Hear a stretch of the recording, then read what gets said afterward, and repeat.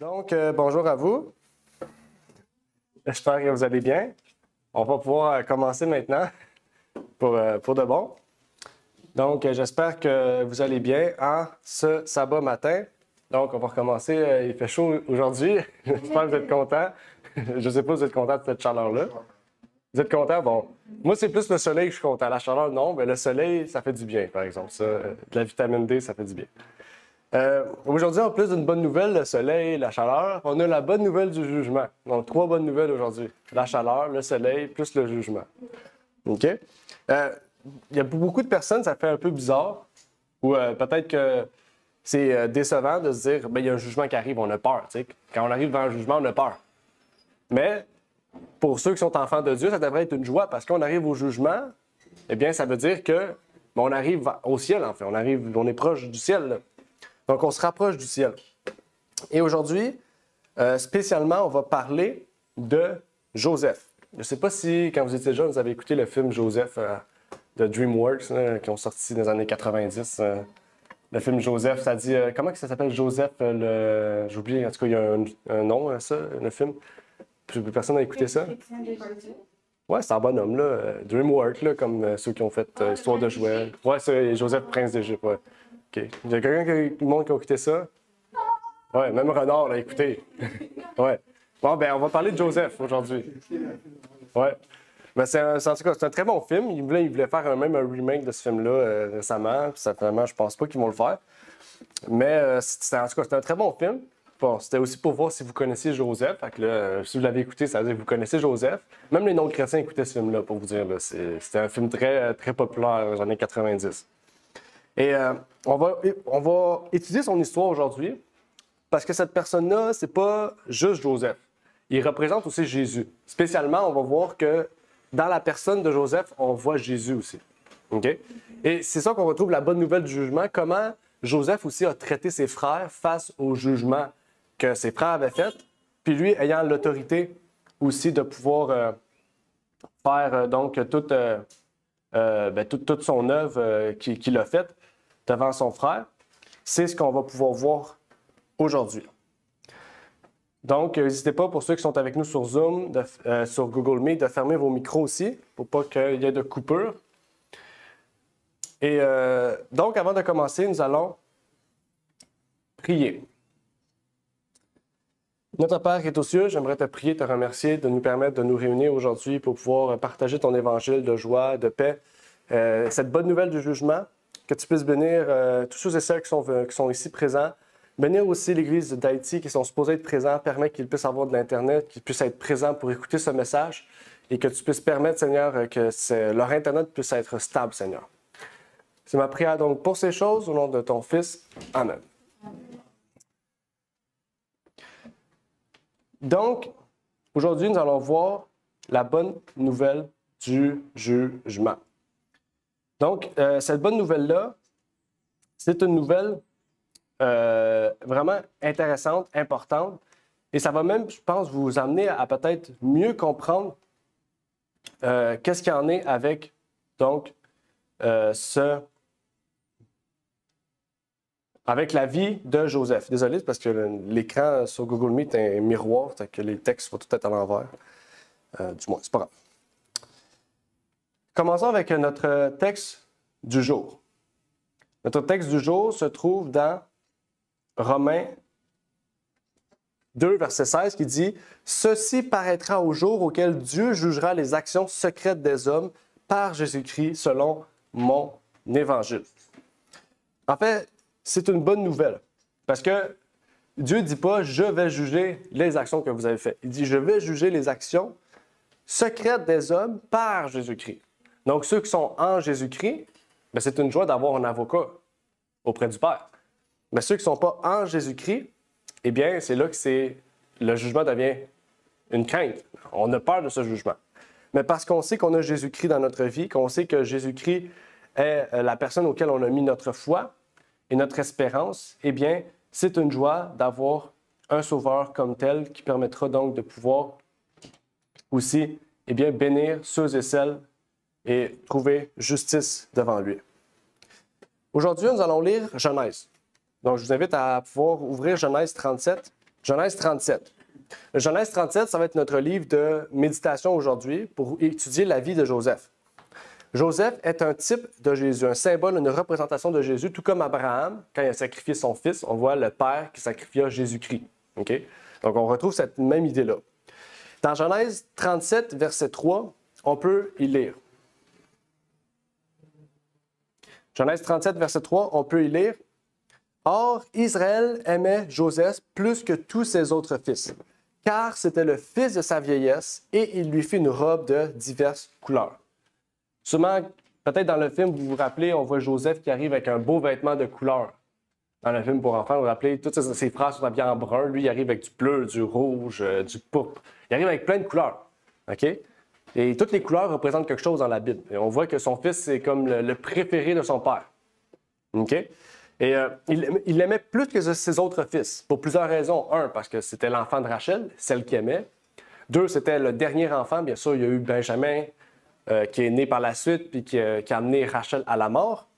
Mais on voit aussi que, tout comme Dieu aimait son fils plus que toute autre chose, Jacob aimait son fils Joseph plus que toute autre chose.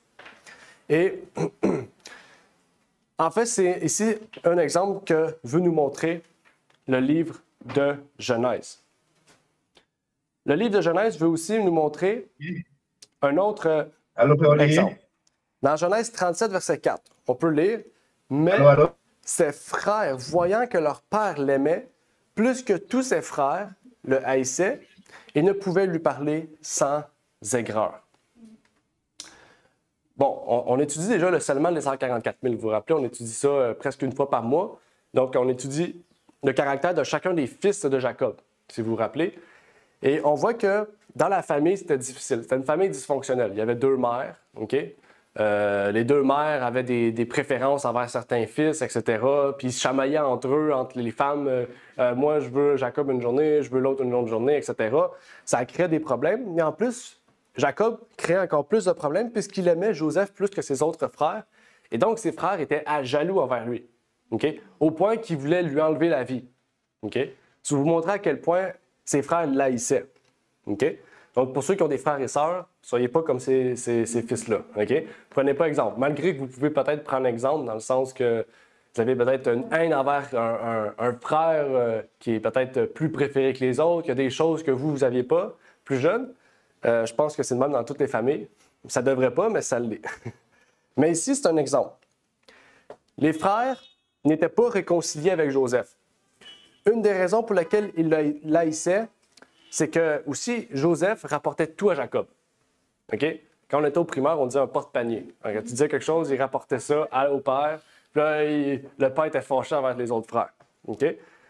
Donc ça, on était fâchés. Même nous, en tant que frères et sœurs dans une famille, on était fâchés d'entendre ces histoires-là. Mais il y a une grande leçon spirituelle ici. Quelle leçon spirituelle qu'on peut tirer juste de ces deux histoires, ces deux versets que nous venons de lire? En fait, dans cette histoire, on peut voir un exemple du péché. Dans l'histoire, on remarque que Joseph, c'est lui qui convainc ses frères du péché. Il faut prendre vraiment presque une parabole. Okay? Joseph représente Jésus ou les anges. Qu'est-ce que les anges font? Ils écrivent tout ce qu'on fait comme péché au Père. Okay? Joseph faisait la même chose. Quand ses frères faisaient quelque chose de mal, il rapportait cela à son père. Et son père apportait le jugement sur ses enfants. On voit ici la même chose. Joseph était celui qui représentait Jésus devant le Père, qui apportait, donc, écrivait dans les livres tout ce que les enfants de Dieu font, tout ce que le monde font, en fait.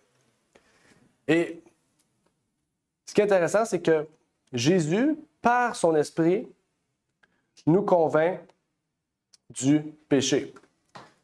Il dit, « Et quand il sera venu, il convaincra le monde de péché, de justice et de jugement. » C'est intéressant.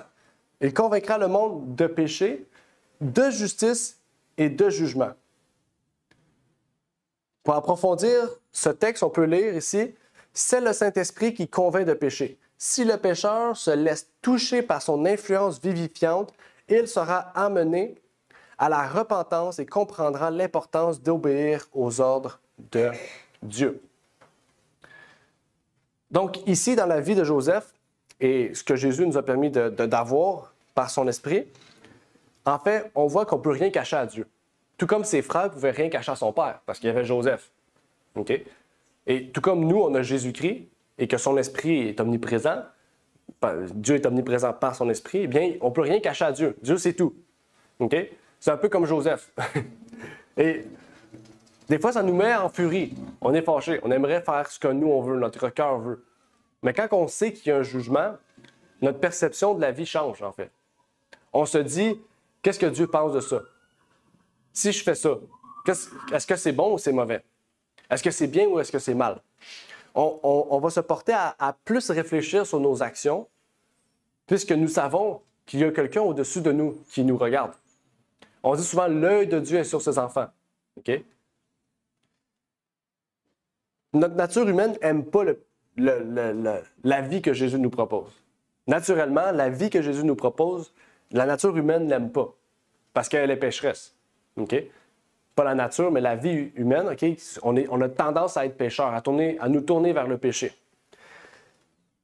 Et en fait, que ce soit visible ou invisible, on n'a rien qui peut voiler la face de Dieu envers notre péché. Même la Bible nous dit « Le cœur naturel est inimitié contre Dieu ». Romains 8, verset 7. Et Joseph, ce qui est intéressant, c'est que ça ne s'arrête pas là. Oui, Joseph était le préféré de Jacob, donc Jacob déversait beaucoup d'argent pour son fils Joseph.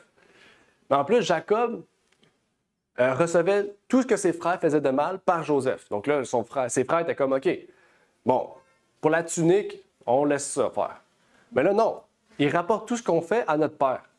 Là, c'est comme, il dépasse un peu. Mais c'est pas fini. Il se lève un matin, il dit, j'ai eu des songes, puis je vais être tout à mes pieds. Là, c'est la goutte qui fait dépasser le vase. Là. Ses frères sont vraiment surpris de ce que Joseph vient de dire. Un jour, on va être prosterné devant toi. Ça dit, on va t'adorer. Ses frères ne peuvent même pas imaginer cela, en fait. Surtout venant comme on dit l'expression du Benjamin. Mais il n'était pas encore né, mais Joseph était le Benjamin. Donc, venant du plus jeune, c'était quelque chose d'impossible, parce que c'était le plus vieux, qui était un peu la relève du père. Mais en fait, c'est la même chose pour nous. Naturellement, l'homme est orgueilleux et égocentrique. Reconnaître qu'il y a quelqu'un de plus grand que nous, ou plus haut que nous, ou plus puissant que nous, en autorité ou de tout genre, mais en fait, on se rebelle contre ça. Parce qu'on veut décider de notre propre vie. On veut être le chef de notre propre vie. On veut pas nous humilier devant Dieu, devant Jésus-Christ. Satan, qu'est-ce qu'il a fait? Sa rébellion était causée par cela. Il voulait lui-même être Dieu. Il croyait que Dieu n'était pas droit dans sa justice. Dieu avait une justice inflexible. C'est un méchant Dieu. C'est un Dieu méchant. Il a essayé de prendre la place du Christ dans le ciel. Il convoitait la place de Jésus. Et c'est ce principe qui lutte dans notre nature. Naturellement, l'homme veut prendre la place de Jésus. Jésus veut prendre la place dans notre vie et nous, on dit non. Je veux garder ma vie à moi. Je veux contrôler tous les aspects de ma vie. Et c'est de là, en fait, qu'on comprend qu'on tombe dans le même piège que Satan. En fait, si on se base sur notre nature, nous allons souvent être trahis par elle. Quand nous prêchons, nous avons la tendance aussi à attirer l'attention des autres sur nous-mêmes et à rechercher la sympathie, à rechercher le fait que, la personne qui est devant vous qui prêche a une belle éloquence, il parle très bien, il a les bons mots. Okay? Tandis qu'on doit tout centraliser sur Jésus. On doit tout centraliser sur notre maître, sur celui qui est le pasteur des pasteurs. Et ici, c'est encore une fois un message important.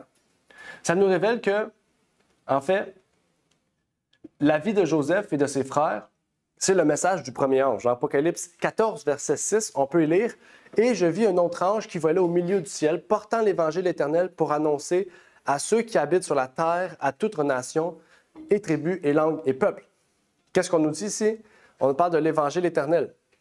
En fait, le message du premier ange demande à toute nation de reconnaître Dieu comme leur chef, comme leur maître.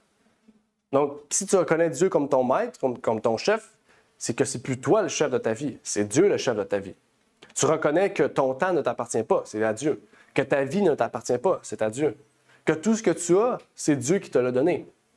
Même si tu étais méchant, Dieu t'a donné de l'argent. Dieu t'a donné une famille. Dieu t'a donné du matériel. Hein? C'est écrit dans Job. La pluie ne tombe pas juste sur les justes, la pluie tombe sur les méchants et sur les justes. Les bénédictions tombent sur tout le monde.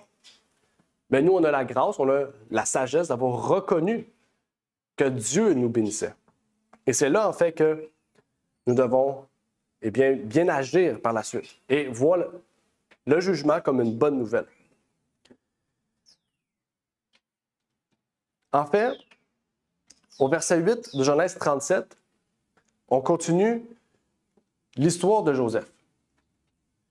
Vous allez voir, l'histoire de Joseph est une histoire fascinante. On nous dit, « Alors ses frères lui dirent, « Régnerais-tu donc sur nous, ou nous gouvernerais-tu? » Et ils le haïrent encore plus pour ses songes et pour ses paroles. Joseph, en fait, plus qu'il parlait, plus qu'il se mettait dans le trouble, en fait, on peut dire ça. Plus qu'il tombait, plus que ses frères le haïssaient, plus que ses frères le détestaient. Ça nous porte à réfléchir. N'est-ce pas la même chose aujourd'hui quand on parle de la vérité? Plus qu'on dit la vérité, qu'est-ce qui arrive? Plus que les gens nous haïssent. Hein? Je pense qu'on a vécu ça pendant le COVID. Je vais tout vécu ça. Plus qu'on disait que... Oui, c'est ça. Plus qu'on disait que le vaccin était ça, plus qu'on disait que ça, telle personne faisait telle chose, puis on avait des preuves à l'appui, plus que les gens nous haïssaient. On est dans la même situation de Joseph. Parce que Joseph, qu'est-ce qu'il faisait? Il ne voulait pas dire ça pour que ses frères l'haïssent encore plus. Il voulait dire ça parce que pour lui, c'était une bonne nouvelle, c'était une joie. Il était content de partager ça. Regardez, mes frères, Dieu m'a donné ça. Je veux le partager avec vous. Qu'est-ce que ça veut dire? Puis ses frères étaient comme, pour qui tu te prends? Tu te prends pour qui? Tu penses pouvoir nous gouverner? Toi, le plus jeune? Tu penses avoir autorité sur nous? Bien sûr que non. Et il le haïssait encore plus. Au temps de Jésus, qu'est-ce qui s'est passé? La même chose. Les pharisiens et les sadducéens, plus qu'ils entendaient Jésus parler, plus qu'ils le haïssaient, au point de l'avoir crucifié. C'est le même esprit qu'on retrouve ici dans la vie des frères et dans la vie de Jésus. La question qui se sont posées, c'est comment pourrons-nous le mettre à mort? Comment pourrons-nous trouver l'opportunité pour le tasser de notre vie, le mettre de côté, pour le réduire en poussière? Et c'est là que l'histoire débute à aller plus en profondeur. Parce que Jacob a envoyé Joseph visiter ses frères. Il lui a dit, « Mon fils Joseph, va voir tes frères. Va voir qu'est-ce que tes frères font dans le champ. Va voir s'ils paient bien mes troupeaux, mes brebis. » Et c'est ce qu'il nous dit un peu plus loin dans Genèse, en nous disant comme suit la chose suivante. « Va donc, vois comment vont tes frères et comment vont les troupeaux, et rapporte-moi-en des nouvelles. » C'est pas ce que Jésus est venu faire aussi dans ce monde? Jésus n'est pas venu faire la même chose dans ce monde? Regardez ce qu'il nous dit dans Luc.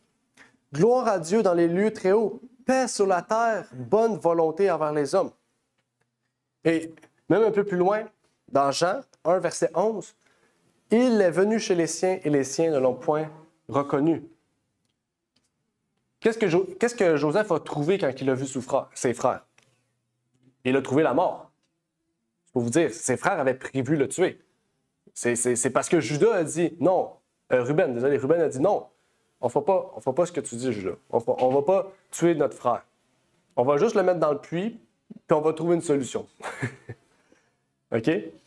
C'est la même chose avec Jésus. Jésus est venu sur terre, pensant être accueilli avec joie, et il a été crucifié. Est-ce que vous pensez à la même chose pour vous? Vous allez amener la bonne nouvelle aux gens avec joie, puis les gens vont vous cracher au visage. Les gens vont vous frapper au visage. Il va arriver un temps où ça va être comme ça. En fait, Jésus était plus que tout ce qu'on peut voir. Il était avec nous. Il était parmi ses propres frères.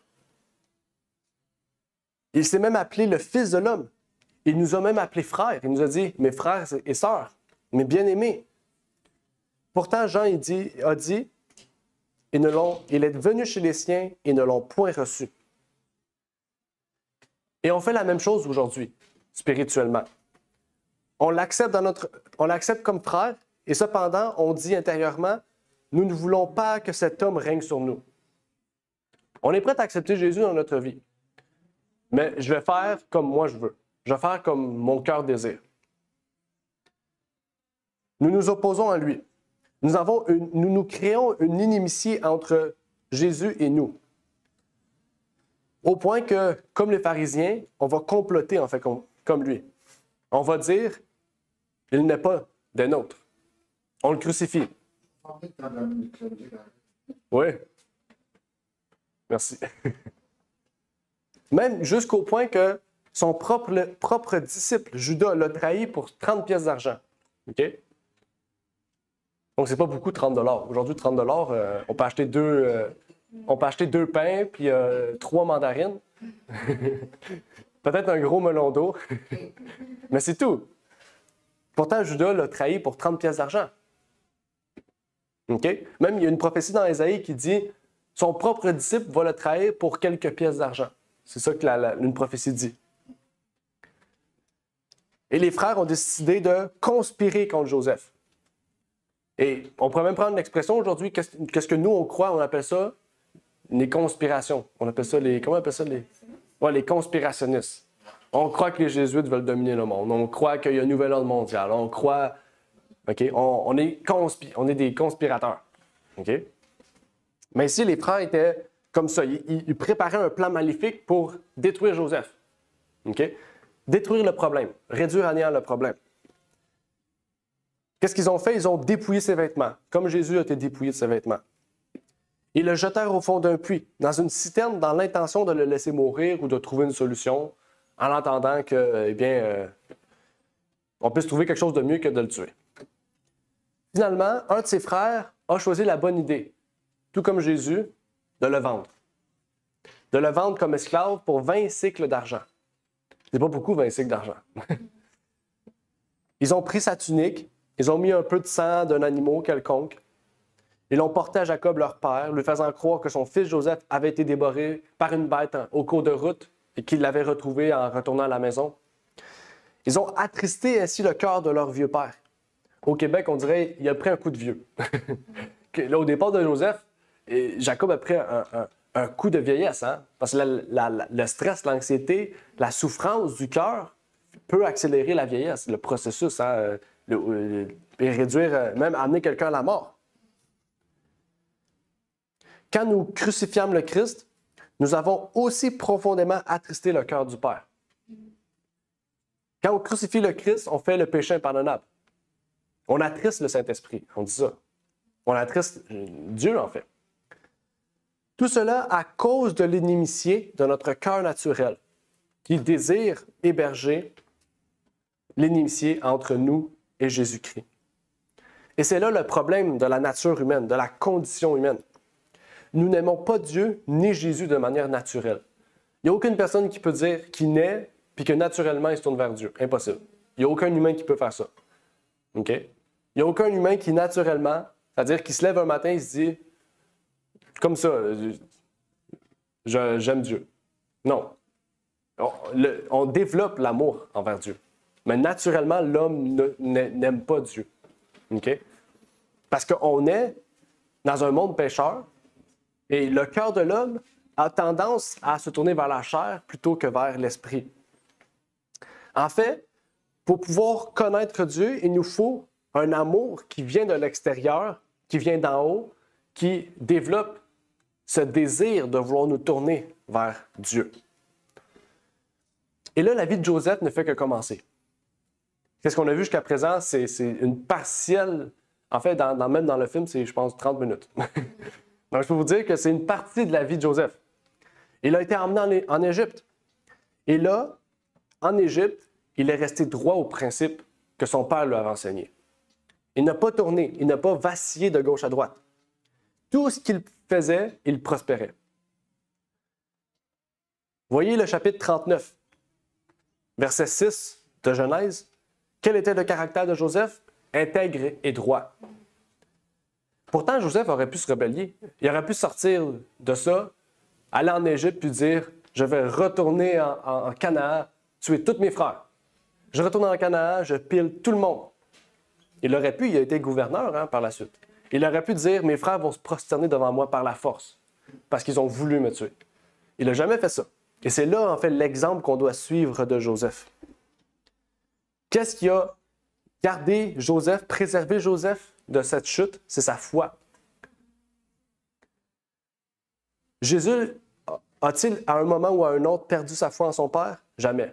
Joseph, jamais. Quand Jésus souffrait, il continuait d'avoir confiance en son Père.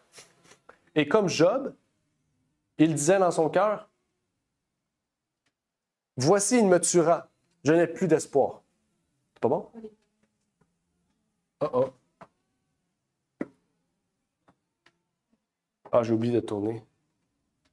OK. « Voici, il me tuera, je n'ai plus d'espoir.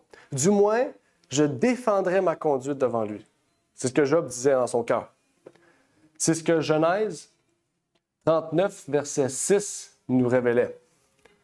Joseph, même on va plus loin, on dit qu'il était beau de taille et beau de figure. Il était favorisé. Et on peut comparer la même chose à Jésus.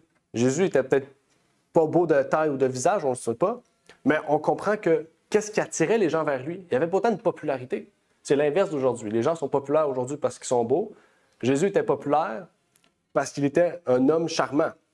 Quand on dit charmant, c'est qu'il y avait un charme incomparable à aucune autre personne. Les gens venaient vers lui juste parce que la façon qu'il parlait, la façon qu'il présentait les choses, les gens ils disaient « Wow, j'ai goût de l'écouter.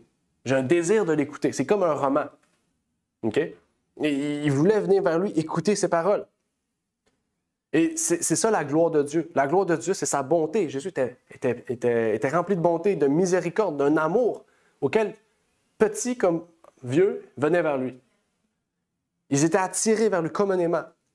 Et Joseph possédait ces qualités-là. Tous les gens qui travaillaient avec Joseph voulaient travailler avec Joseph.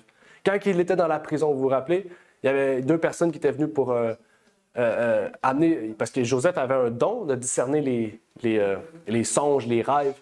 Il y a 2 personnes qui sont venues. Une personne qui n'était pas contente parce que Joseph annonçait qu'elle allait mourir, mais l'autre était content. Et Joseph leur a annoncé ces rêves-là. Et il y a une expérience qu'on connaisse tous, c'est dans Genèse 39, verset 9. Quand la femme de Potiphar l'a tenté à commettre l'adultère. Et pourtant, Joseph a demeuré ferme. Et c'est incroyable qu'il a demeuré ferme. Okay? Aujourd'hui, on dirait que c'est un exploit. Aller avec la femme d'un gouverneur, c'est comme aller avec la femme d'un président quelconque. C'est un exploit. Mais pourtant, qu'est-ce qu'il dit publiquement, Joseph? Comment ferais-je si grand mal et pécherais-je contre Dieu? Il n'a pas dit contre Potiphar, non, contre Dieu. Potiphar, c'est rien. Là. C'est pas parce qu'il aimait Potiphar, c'est parce qu'il aimait Dieu qu'il aimait Potiphar. Vous comprenez? L'amour qu'il portait envers Dieu, il le portait et le respectait envers ses concitoyens, Potiphar. Donc, sa préoccupation ne consistait pas en ses désirs naturels. Son désir naturel aurait été porté vers la femme de Potiphar. Mais son désir naturel était plus faible que son désir envers Dieu. Au point que son désir naturel, il l'a mis de côté. Il était préoccupé par l'honneur de défendre Dieu. Parce que là, il défendait Dieu en Égypte. Dans notre vie, c'est la même chose. À Babylone, en ce moment, désolé, j'appelle des grandes villes Babylone, mais c'est ça. À Babylone, en ce moment, on défend l'honneur de Dieu. C'est vrai, on défend l'honneur de Dieu.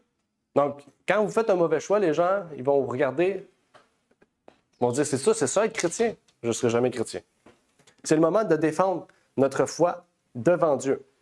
Et seul l'amour agapé qui vit en nous nous permet de porter nos intérêts envers Dieu plutôt que de porter nos intérêts envers nous, de faire le bien envers Dieu et envers les autres.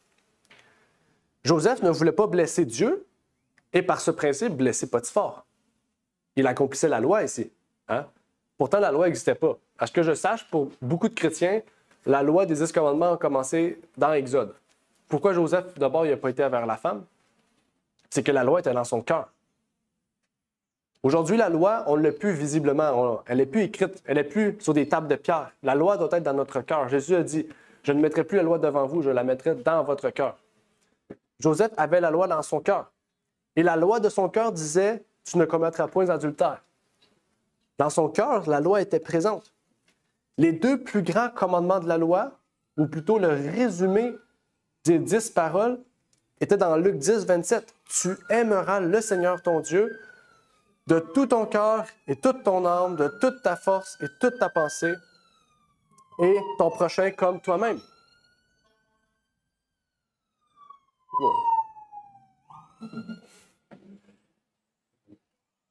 Et pour cela, pour cette prise de position par Joseph, qu'est-ce que Dieu a fait? Dieu a dit, je t'en dois une, Joseph. Je vais revenir, Joseph. Je vais te donner ce que tu mérites. Je vais te bénir. Qu'est-ce qu'il lui a fait? Il était devenu plus haut que Potiphar.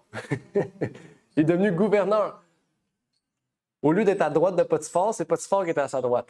C'est pour vous dire, Dieu l'a béni. Et Potiphar n'était pas fâché contre ça. Il reconnaissait les talents de Joseph. Il savait que Joseph avait des dons pour ça. Il était content que Joseph soit à sa droite. Je ne sais pas comment la femme de Potiphar a terminé, mais je peux vous dire qu'on sait comment Joseph a terminé. Il a terminé en bonne position. Pourquoi? Parce qu'il a pris de bonnes décisions.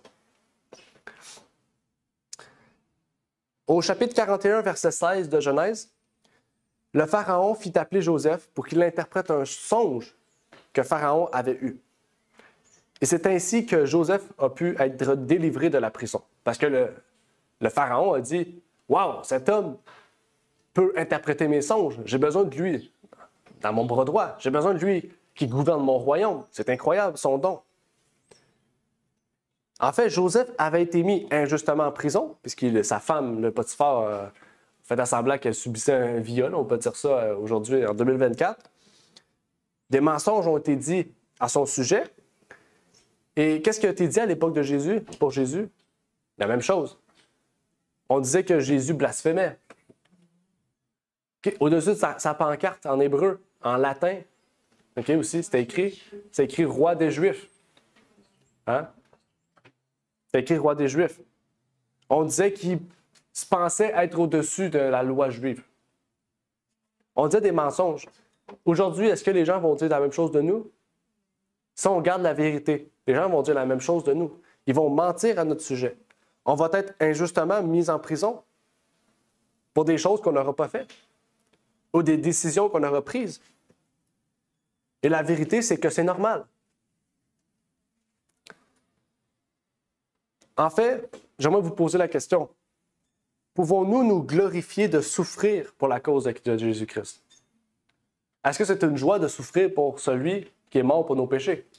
Oui. C'est une joie. C'est une joie parce qu'il nous a fait la promesse, peu importe ce qui va vous arriver, eh bien, vous serez avec moi. Et donc, on doit garder notre foi vivante, active, même si nous sommes face à l'injustice. Quand les gens disent des mensonges sur le message de la vérité présente, il ne faut pas nous fâcher. Joseph ne s'est pas fâché parce qu'il a été mis en prison. Il a accepté son sort. Il s'est dit, Dieu est pour moi, qui sera contre moi? Jésus a dit la même chose. Il savait, il a dit à Pierre, Pierre, range ton épée. Toutes ces choses ont été prophétisées. Mon père m'a dit, il faut que je prenne ce chemin, je prendrai ce chemin. Jésus dit la même chose pour nous. Paul dit la même chose pour nous. Tous ceux qui sont les vrais enfants de Jésus passeront par des persécutions. Si on essaie d'enlever ça de notre tête, eh bien, on essaie de plaire à l'homme plutôt qu'à Dieu. En fait, on ne doit pas céder à la colère ou céder à toutes sortes de choses face à l'injustice que nous subissons. En fait, nous ne devons pas donner une seule occasion à l'esprit de vengeance, à l'esprit de colère. Dans Jacques 1, verset 20, on nous dit, or, Jacques 1, verset 20, car la colère de l'homme n'accomplit point la justice de Dieu. La colère de l'homme n'accomplit point la justice de Dieu. La colère de l'homme n'accomplit jamais la justice de Dieu. Dieu changera les mauvaises choses en bonnes choses. C'est lui qui nous a promis ces choses, en fait. C'est lui qui nous a promis de changer les mauvaises choses en bonnes choses. Romains 8, 28. Or, nous savons aussi que toute chose concourt au bien de ceux qui aiment Dieu. Il n'a pas dit au bien ou au mal, non. Toute chose concourt au bien. Donc, tout ce que nous subissons, soit bien, soit mal, c'est pour notre bien, en fait. C'est comme ça qu'il faut le voir. Là, je ne vous dis pas des pensées positives. On n'est pas dans la psychologie. Ici, c'est biblique. OK? Renard, tantôt, nous parlait que son auto ne fonctionnait plus. OK? Et pourtant, il a gardé le bien. Il s'est dit, Dieu me donne ça, je l'accepte, c'est positif pour moi. Il s'est levé un matin, il est allé au garage, il est allé voir le garagiste, le mécanicien. Le mécanicien a dit, qui a passé avant moi? L'auto fonctionne. Pourtant, Renard a fait la même chose que chaque jour. Il a gardé la joie, la paix, puis il savait que c'était pour son bien. Il s'est dit, c'est pas, Dieu m'a mis ça pour mon bien. On va rester dans la prière, dans la joie, dans la foi, et avançons. En fait, Jésus a fait la même chose et il nous invite à la même chose. On va aller un peu plus loin dans l'histoire de Joseph. Genèse 41, verset 16. Regardons l'attitude de Joseph ici. Et Joseph répondit à Pharaon en disant, « Ce n'est pas moi. » Qu'est-ce qu'il a fait? Il n'a pas tourné l'attention vers lui-même, mais vers Dieu. C'est Dieu qui répondra, touchant la prospérité de Pharaon. Même il dit le songe, parce que le songe disait que Pharaon, il y a une détresse qui allait arriver bientôt. Il n'y aura plus de nourriture dans le pays. Et là, Joseph a dit, on a 7 ans pour faire ça. Il a donné un planning au Pharaon. Il a dit à Pharaon, bon, on va faire un plan. On va préparer la première année, telle récolte, deuxième année, telle récolte. Puis là, le Pharaon a dit, est-ce que tu as étudié en agriculture? Est-ce que tu as étudié dans quelque chose pour me conseiller comme ça? Mais Pharaon trouvait que son plan était parfait. Et c'est là qu'il a dit à Joseph, viens comme mon gouverneur. Le plan que tu m'as dit, mets-le à exécution pour que notre peuple puisse ne pas périr de la nourriture. Et ici, ce qui est intéressant, c'est que Joseph dit, la prospérité de Pharaon viendra de Dieu. Il met une bénédiction sur Pharaon. C'est incroyable. Joseph est en prison. Okay? Dites-vous ça. Il est en prison injustement. Il vient devant Pharaon au risque de sa vie. Si Joseph n'aurait pas réussi à dire le songe, Joseph serait déjà mort. Il va devant Pharaon. Il dit le songe. Il donne un plan de match pour que l'Égypte ne puisse pas périr. Puis il dit à Pharaon, « Ah, c'est pas moi qui dis tout ça, c'est Dieu. Dieu t'a béni, en fait. Dieu m'a donné ce plan pour que tu puisses être béni. » Il rend toute gloire à Dieu. On doit faire la même chose aussi. Toutes les facultés que Dieu nous a données, on doit rendre gloire à Dieu. Quand quelqu'un dit « Wow, t'es très bon », Dieu m'a permis que je puisse être bon. Dieu m'a permis que ces choses arrivent. Dieu t'a béni par mon intermédiaire. Okay? C'est comme ça qu'il faut penser. Et il y a une leçon très puissante spirituellement ici. On pourrait se dire la même chose de Jésus. Est-ce que Jésus a pris les mérites? Jésus était le Fils de Dieu. Il n'a jamais pris les mérites. Il a dit, c'est mon Père qui travaille en moi qui me permet de faire ça. Il n'a pas dit, c'est moi. Je suis le Fils de Dieu, c'est moi, c'est ma propre puissance. Jésus n'a jamais utilisé sa divinité. Jésus n'a jamais utilisé la force que Dieu lui a donnée. Jésus a fait totalement confiance en Dieu par tout ce qu'il faisait. Puis il rendait gloire à Dieu. Il disait, l'esprit que j'ai en moi, c'est l'esprit du Père. Et il vous sera envoyé aussi bientôt. On doit faire la même chose, nous, aujourd'hui. Faire confiance en Dieu. Joseph le fit, Jésus le fit, et nous aussi, nous devons le faire. Puisque nous aimons Dieu de tout notre cœur et aimons les autres aussi de tout notre cœur. Jésus, en tant qu'homme, n'a pas fait confiance à sa propre force, il a fait confiance à la force de son Père. C'est là que la force réside, dans l'amour agapé. Si Christ avait fait confiance à sa propre puissance divine, l'amour agapé n'aurait pas eu de puissance pour nous. Quel est le résultat de la foi de Joseph en Dieu? Quel est le résultat de l'attitude d'intégrité manifestée par Joseph? Verset 40. Genèse 41, verset 40, si je ne me trompe pas.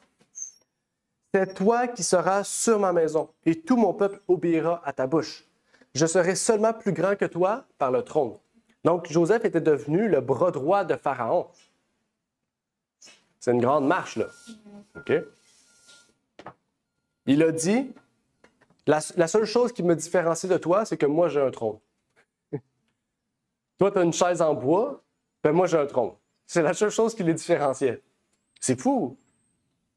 Repensez à l'histoire de Joseph. Joseph part de milieu en Canaan avec sa famille. Ses frères veulent le tuer. Ils le jettent. Ils le vendent. Il se fait racheter. Il devient esclave. Après ça, il tombe presque dans l'adultère, mais non. Il tombe en prison. Il révèle 2 songes. Un pour la mort, un pour la vie. Il se présente devant Pharaon au risque de sa vie. Il rend encore gloire à Dieu. Et là, il tombe gouverneur. Puis son histoire ne se termine pas là. C'est une grande histoire, l'histoire de Joseph. En fait, on peut voir Jésus, c'est la même chose. Qu'est-ce que la Bible nous dit à propos de Jésus? La Bible nous dit Jésus a été souverainement élevé à la droite de Dieu. Qu'est-ce qui différencie le Père de Jésus? C'est juste son trône. Hein? Jésus reconnaît l'autorité de son Père parce qu'il est le Dieu créateur. Joseph reconnaissait Pharaon comme son maître parce qu'il était le roi, c'est ça, Pharaon, un roi sur son royaume. Et qu'est-ce que Jésus nous a promis? Il nous a promis que si nous persévérons jusqu'à la fin, Apocalypse 2, nous serons assis sur le trône avec lui. Jésus nous a promis d'être assis à côté de lui sur son trône. C'est incroyable. Qu'est-ce qui va différencier nous de Jésus? C'est que Jésus, c'est lui qui nous a amenés à son trône. Dieu va nous exalter de la même manière que Joseph l'a été. La promesse faite à Laodicée est que ceux qui seront vainqueurs par la foi en Christ s'assoiront sur le trône avec lui. C'est une promesse qui nous incombe particulièrement dans les derniers jours. Et c'est la bonne nouvelle du jugement. C'est que si nous persévérons jusqu'à la fin, Dieu nous dit, par Jésus-Christ, que nous serons assis avec lui sur son trône. Vous allez être des rois. Pas besoin de rêver sur terre à être une princesse. Là. Vous allez être une reine. Là. C'est beaucoup plus haut. Hein?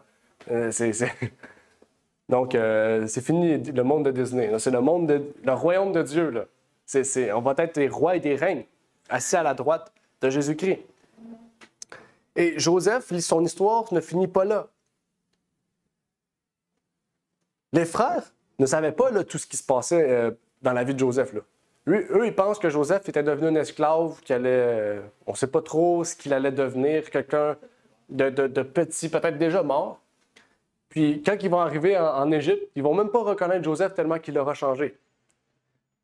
Ils ne vont jamais se dire Joseph est devenu pharaon d'Égypte, ou gouverneur. Mais là, il est gouverneur, mais pour vous dire à quel point le statut élevé de Joseph était. On affronte la même situation. Les Juifs ont persécuté et crucifié Jésus. Maintenant, Jésus devient leur juge. Joseph a été persécuté, devenu esclave, et maintenant, c'est lui qui juge sur ses frères. Et Dieu nous dit la même chose. Apocalypse 20, qu'est-ce qu'il dit? Il y aura des trônes pour que les saints jugent. Dieu nous promet la même chose. Si nous persévérons jusqu'à la fin, nous serons des juges. Ceux qui, en ce moment, nous crachent au visage, ceux qui, en ce moment, veulent notre mort, eh bien, bientôt, nous serons juges sur eux. N'est-ce pas une joie? Cette promesse que Dieu nous fait.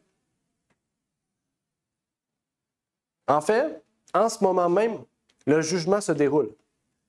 En ce moment même, à l'époque des frères de Joseph, le jugement se déroulait. Parce que Joseph aurait pu claquer des doigts, puis ses frères étaient mis à mort. Sans aucune raison. Et c'est dans ces moments-là, aujourd'hui, face à la bonne nouvelle du jugement, que Dieu nous encourage de veiller et de prier, puisque nous ne savons pas l'heure de sa venue. De la même manière, Joseph, ses frères ne savaient pas quand est-ce que la conséquence de leur action allait venir. Rappelez-vous, qu'est-ce que les frères ont dit quand Joseph a dit « Envoyez ce frère en prison ». Ses frères ont dit « Et voilà, la tête de Joseph retombe sur nous ». Ils ne savaient pas que leur action allait retourner bientôt sur eux. Ils ne savaient pas quand. Mais quand ils ont vu venir, ils ont dit « Il est trop tard ». On a manqué à nos actions passées. Nos actions passées nous rattrapent. Et c'est la même chose pour nous aujourd'hui. Veillons et prions. Demandons pardon à Dieu pour nos actions passées, nos mauvaises actions. Dieu va nous pardonner. Et pour ceux qui ne sont pas prêts, ça sera une grande surprise. Mais Dieu nous encourage aujourd'hui de voir la venue de son Fils comme n'étant pas une surprise, puisque nous sommes prêts à l'accueillir.